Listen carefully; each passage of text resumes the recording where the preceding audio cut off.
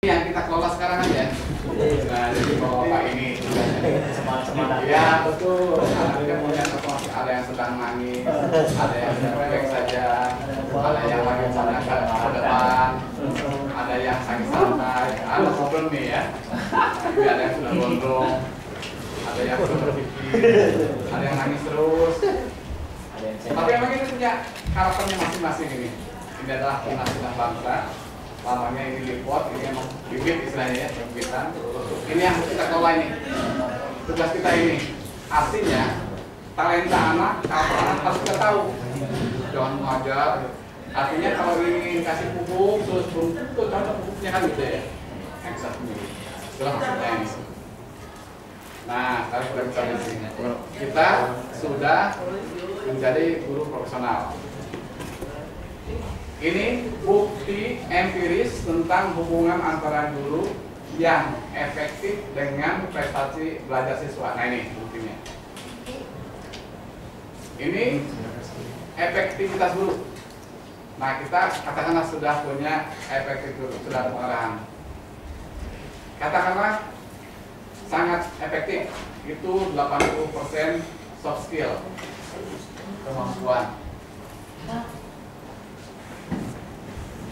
Kalau kemampuannya 20% soft skillnya, lalu kita merendahkan 20% hard skill, kekuatan fisik.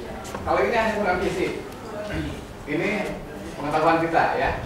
Kalau kita punya tinggi kemampuan pengetahuannya dan ini kemampuan fisiknya rendah, maka kita salurkan ke siswa sangat siswa-siswanya ke sekolah rendah sekalipun tingkatnya akan menghasilkan nih. Hasilnya ini, setelah 1 tahun guru yang efektif tadi dapat meningkatkan prestasi siswa 50%. Setelah 3 tahun dapat meningkatkan 80%. Ini guru efektif yang menggunakan 80% soft skill. Yang dibalik, kalau balik nggak bisa ya. Ini ke yang rendah, apalagi kalau kita masukkan ke siswa yang sedang, apalagi ke yang lebih tinggi, itu sukses betul kan itu. Ini kita cara membahasnya. Nah, bagaimana kalau sebaliknya nih? 80% hard skill, hanya kemampuan otot yang kita pakai mengajarnya. Marah, kasar, dan lain sebagainya ini.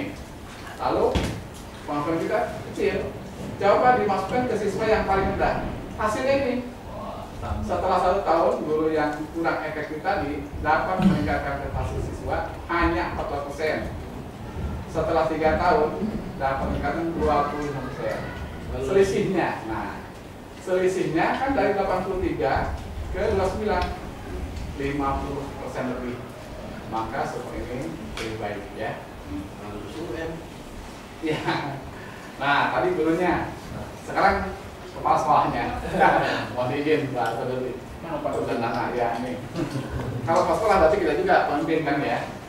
Kalau pemimpin kita sekolah ini dan kita juga pemimpin kelas, ada wali kelas segala macam kan, ini menggunakan yang tadi di mutu sekolah yang mengentas sekalipun, hasilnya adalah setelah 4 tahun kepala sekolah sangat efektif tadi dapat meningkatkan prestasi sekolah menjadi SSN dan tidak mungkin RSBI di timur. RSBI yang swasta sudah buat programnya. Al-Azhar sama Syafila dan nyusul yang lain, unggul di bidang lingkungan, kebersihan, sekolah dan sehat. Coba kalau kita dibalik, sekolah menggunakan hanya marah ke guru-guru, marah ke siswa, marah ke lingkungan, lalu dimasukkan ke sekolah yang rendah, hasilnya ini. Setelah 4 tahun, sekolah kurang efektif tadi, sekolah kurang berprestasi, tetap minimal. Selisihnya sangat signifikan. Jadi ini tidak ada kenaikan. Nah, ternyata struktur pikir kita di sini. Kita hard skill, yang fisik saja. Sebenarnya dikit. Kalau soft skill banyak. Ini yang kita belum olah, kita pakai ya. Religius, karakter kita. Jujur kan kita sudah 18 nih, dalam karakter. Ada di sini. Religius, jujur, toleran, disiplin, kerja keras, kreatif, mandiri, demokratis, rasa ingin tahu, semangat kebangsaan, cinta tanah air, menghargai prestasi, bersahabat, berkomunikasi, cinta damai, senang membicarakan, peduli sosial, peduli lingkungan, tanggung jawab. Ini adalah 18 karakter yang sudah kita jalankan sekarang. Karena ini adalah amanat Menteri Pendidikan dalam rangka 100 hari kerja Presiden kita. Nah ini soft skill dengan hasil ternyata diumpamakan gunung es dan lingkaran pusat.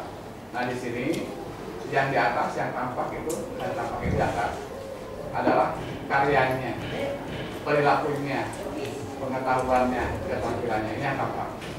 Yang tidak tampak ini yang tersembunyi, diterima masyarakat, diteladani, dipercaya oleh masyarakat. Bagaimana kita dapat dipercaya kalau kita pernah ke anak bohong sekali saja, walaupun kita meyakinkan tapi pernah sekali saja salah, anak percaya. Sikap kita, karakter kita, motivasi kita, bakat kita. Kadang-kala waktu dulu waktu masih muda, bicaranya halus, tapi lupa perilakunya tidak sesuai ke anak muda. Makanya ini ya. Atau lingkaran. Nah ini yang paling luar, karyanya, pengetahuannya, perilakunya, keterampilannya, ya. Kemudian yang kuning ini adalah nilai-nilai yang di dalam adalah ini, bakat, motivasi, karakter dan perilaku pusatnya. Nah, juga ada pepatah mengatakan jika anak dibesarkan dengan toleransi, ia belajar untuk menahan diri. Jika anak dibesarkan dengan dorongan, dia tumbuh menjadi percaya diri.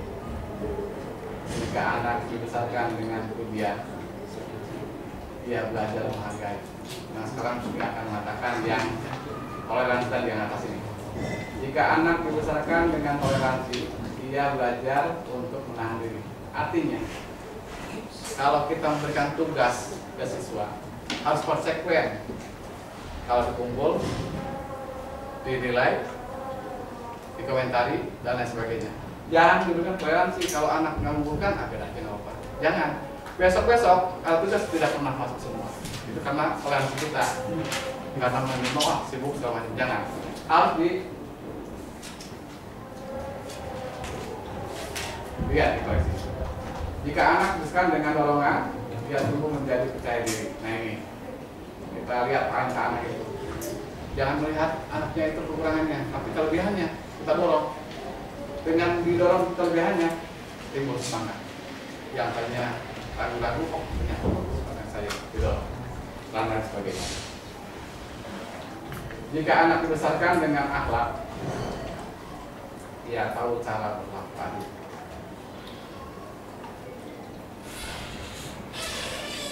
Jika anak dibesarkan dengan rasa aman, dia belajar menaruh percaya. Andai di kelas itu ada anak lapor, Pak, pulpen saya hilang. Allah, pulpen saja akan dilaporkan ke Bapak. Jangan, diterima. Pak, pensil saya hilang. Pensil saya. Itu tolong diterima oleh kita. Tugas kita itu. Jadi begitu apa saja kecil, apa saja kita terima, anak akan percaya. Oh ternyata kita apapun diterima. Jadi timbul kepercayaannya. Jika anak dibesarkan dengan dukungan, ia belajar untuk menyayangi dan bisa menjaga dirinya sendiri. Jika anak dibesarkan dengan kasih sayang dan persahabatan, ia menemukan cinta dan mampu berbagi. Kalau kita sudah dekat dengan siswa, anak itu merasa semuanya mampu. Kalau kita berbuat apa saja, kalau sudah anak dirangkul, ditemani, itu akan sangat baik. Akhirnya,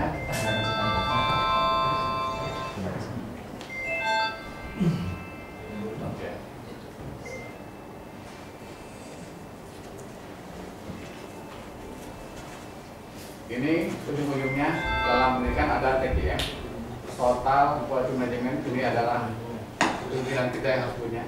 Ini harus difokuskan ke sini. baik strategi sekolah, tujuan sekolah, target, nilai yang diyakini, perilaku yang kita gunakan, kebiasaan, berujung ke tim. Fokuskan ke total bagi mending. Kalau ini sudah fokus, kita insya Allah RSP di tangan atau SSN, kemarin diamin ya. Refleksi, ini sebuah pertanyaan ya. Terima kasih banyak.